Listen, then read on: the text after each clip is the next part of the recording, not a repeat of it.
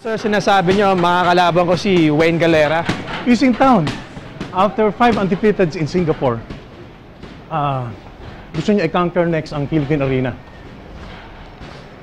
Ngayon, interesado ka bang sungkitin ang welterweight title niya, Efraim?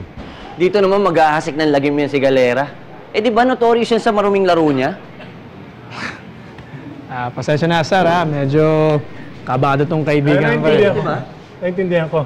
After all, hindi masasabing killing machine si Galera for nothing. Pero may gagaranti ko, high-profile event ito. Kasing laki ng UFC Fight Night.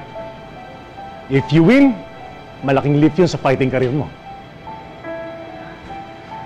Tol, atrasan mo na yan. Demonyo yan si Galera.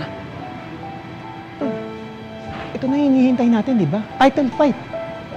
Saka, tagal ko na naghihintay maging title champion, tapos urong pa ako.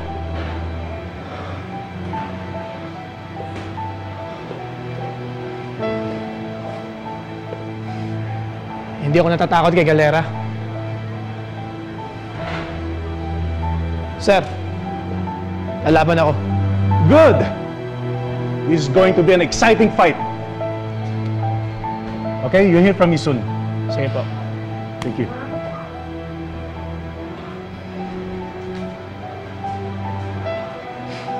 Tol, kapag desisyon na ako, anong atrasan to? Kung kinakabahan ka pa rin, tulungan mo na lang ako mag-kondisyon para pagkarap ko na si Galera, anong alalahanin? Sigurado ka? Sigurado ako. Huwag kang nervyoso, ano ka ba? Efraim? Oh, Angeli, may problema ba sa restaurant? Parang gano'n na nga.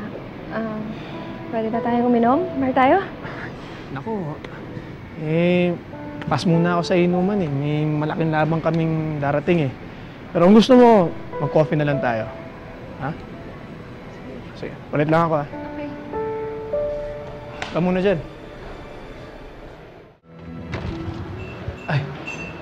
Ay, pasensya na. Sorry. Medyo na-late na ako tayo, Kas.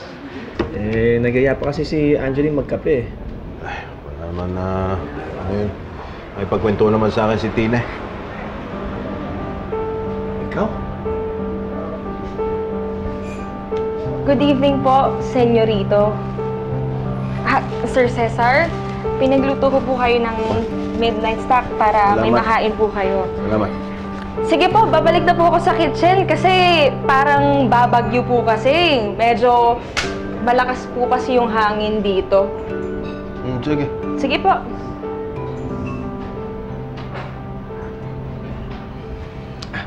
Tay, may good news ako sa'yo.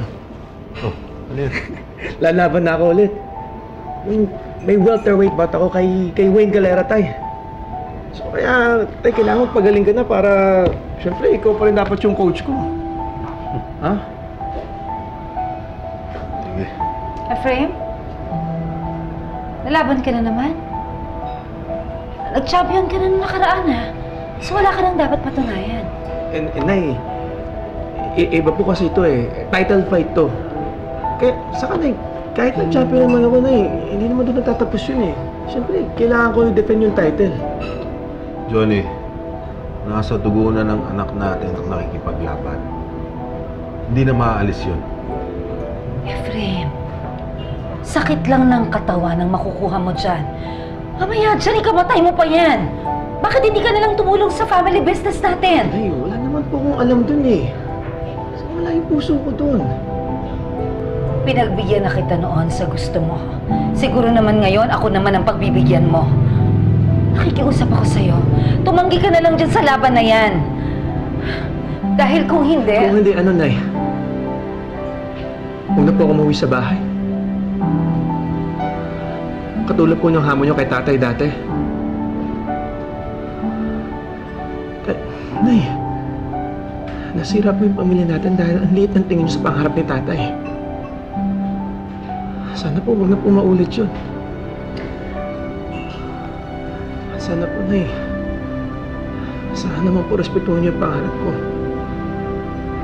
Ayoko na masira yung pamilya natin ulit.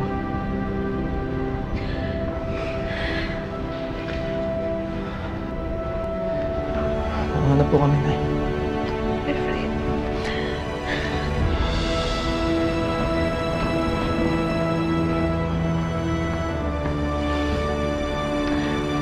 Efren.